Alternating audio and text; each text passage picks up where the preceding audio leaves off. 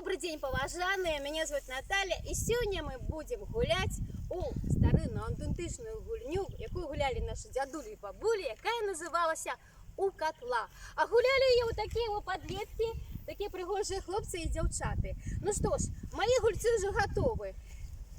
Умовы гульні.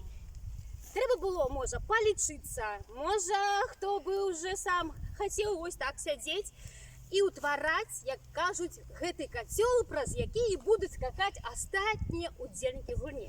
І так, першае, што вам трэба зрабіць, сесці і падэшвамі адзін аднаго так вот так уперціся, так, і трохі падняць іх, а рукі апусціць трохі назад. Давай зробім то.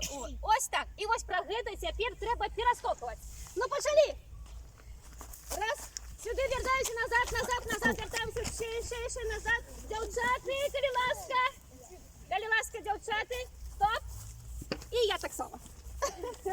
Стоп. Так, а цяпер мы з вами ускладаем. Цяпер опустите ноги один одного. Цяпер ось твоя нога так. Пятку кладешь на носок. А цяпер ты свою. Так. Не, на яго. Ось так. Але гэта будем зробім. Спачатку зробім две ноги. І так, твоя нога, а цяпер твоя нога. Ось так. Пятка павінна упираться у носок. Ну что, почали прыгать. Выше прыгайте. Нет, только не шапляйте. Коли зачепите, будете сидеть на землю. Ах. Так, добавим еще одну ногу. Одного удельника, кто из вас? Давай, ты. Следующую ну я что, походу добавляю. может далей? Той, кто затронет, сядет на место того, кто сидит на земле. Еще выше. Ну что, девчата, а вы? А, хитренькая.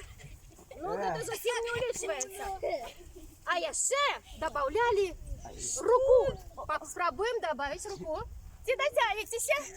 Не дотягиваются. Я буду добавлять руку. Так вот. Ну что, яшчэ? Готовы? Может, далее отнестись? Ну, давайте далее.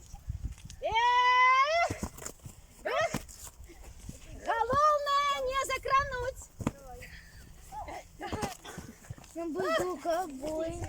самой справе вельми складана. Треба пераскочить або попадете у котел.